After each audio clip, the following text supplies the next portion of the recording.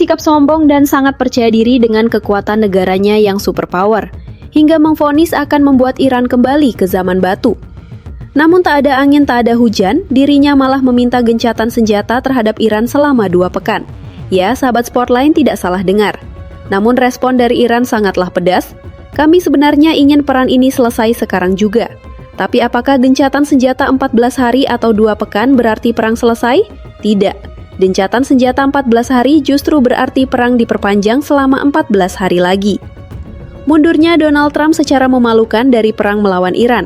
Ia dianggap kalah menghadapi perlawanan Teheran dan beralih ke gencatan senjata serta diplomasi. Presiden Amerika Serikat Donald Trump mengumumkan bahwa batas waktu untuk tindakan militer terhadap Iran telah berakhir. Dan saat ini jalur deeskalasi serta gencatan senjata menjadi prioritas. Pernyataan ini menunjukkan perubahan kebijakan dari pendekatan militer ke diplomasi. Trump mengklaim bahwa pemerintahannya telah berusaha mengendalikan situasi dan bahkan mengatakan, "Kami bahkan menghentikan perang selama 2 minggu untuk Pakistan."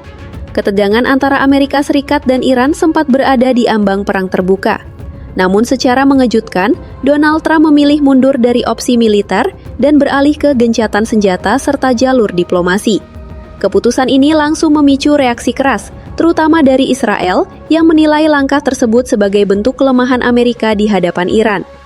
Gencatan senjata yang ditawarkan selama 14 hari justru dinilai bukan akhir konflik, melainkan hanya penundaan perang.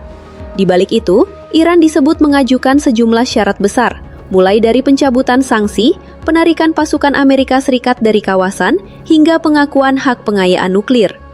Di lapangan, situasi tetap panas. Serangan rudal Iran ke Tel Aviv dan insiden ledakan di Bahrain menunjukkan bahwa konflik belum benar-benar mereda. Israel pun bersiaga penuh dan menyiapkan serangan balasan, sementara Amerika tetap menyatakan dukungannya kepada sekutunya. Di level global, ketegangan semakin rumit. Rusia dan China memveto resolusi terkait Selat Hormuz, sambil menyalahkan Amerika sebagai pemicu utama krisis. Di sisi lain, negara seperti Oman dan Pakistan mencoba meredakan situasi lewat jalur diplomasi. Kesimpulannya, dunia saat ini tidak sedang menuju damai, melainkan berada di jeda sebelum kemungkinan konflik yang lebih besar. Gencatan senjata ini bukan solusi, tapi ujian. Apakah akan berlanjut ke diplomasi atau justru meledak jadi perang terbuka? Setelah ketegangan antara Iran dan Amerika Serikat sempat mencapai titik paling panas, arah situasi kini berubah, namun belum benar-benar aman. Tekanan dari komunitas internasional semakin kuat, terutama dari negara-negara yang khawatir konflik akan mengguncang stabilitas global. Di saat yang sama, risiko ekonomi menjadi ancaman nyata. Lonjakan harga energi, terganggunya jalur perdagangan, hingga potensi krisis global membuat opsi perang menjadi terlalu mahal untuk diambil. Di dalam negeri Amerika sendiri, gelombang penolakan juga tak bisa diabaikan. Publik dan sebagian elit politik mulai mempertanyakan urgensi konflik baru di Timur Tengah. Kondisi ini membuat Donald Trump terpaksa mengubah arah dari konfrontasi menuju diplomasi. Namun para analis mengingatkan, ini bukan akhir cerita. Gencatan senjata yang ada saat ini hanya bersifat sementara. Tanpa kesepakatan jangka panjang yang jelas dan mengikat, konflik bisa kembali meledak kapan saja, bahkan dengan skala yang lebih besar. Masalah utamanya belum terselesaikan, ketegangan soal pengaruh Iran di kawasan, program nuklir, hingga kehadiran militer Amerika di Timur Tengah masih menjadi bom waktu yang belum dijinakkan. Artinya situasi saat ini lebih tepat disebut tenang di permukaan, sementara di bawahnya tekanan masih terus menumpuk. Jika negosiasi gagal, bukan tidak mungkin dunia akan kembali dihadapkan pada skenario terburuk. Perang terbuka yang dampaknya tidak hanya dirasakan di Timur Tengah, tetapi juga mengguncang ekonomi dan keamanan global. Sekarang pertanyaannya mulai berubah arah, dan justru makin berbahaya. Apakah Donald Trump benar-benar ingin menghindari perang? Atau ini hanya jeda untuk menyiapkan sesuatu yang lebih besar? Di atas permukaan, keputusan gencatan senjata terlihat seperti langkah damai.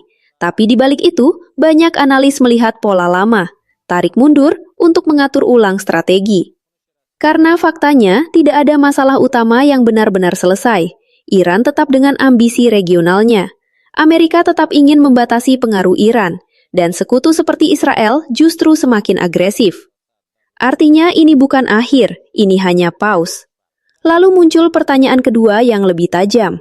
Apakah ini kemenangan untuk Iran?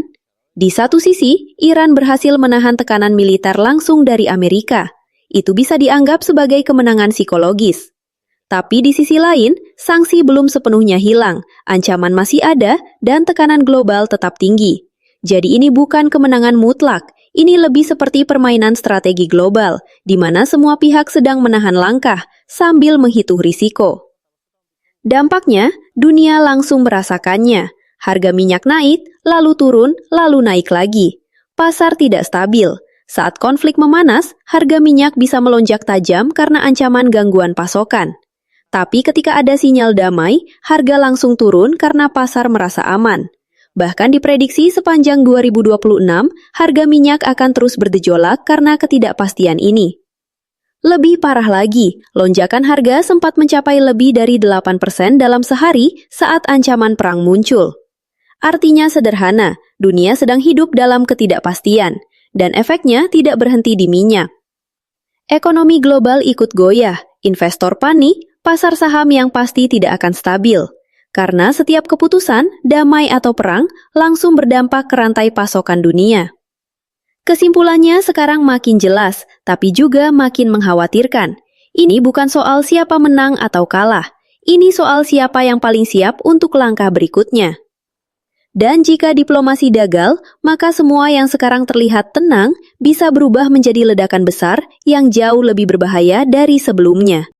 Jika channel ini bermanfaat, jangan lupa dukung terus dengan cara tekan tombol subscribe, like, dan share ke teman-teman kamu.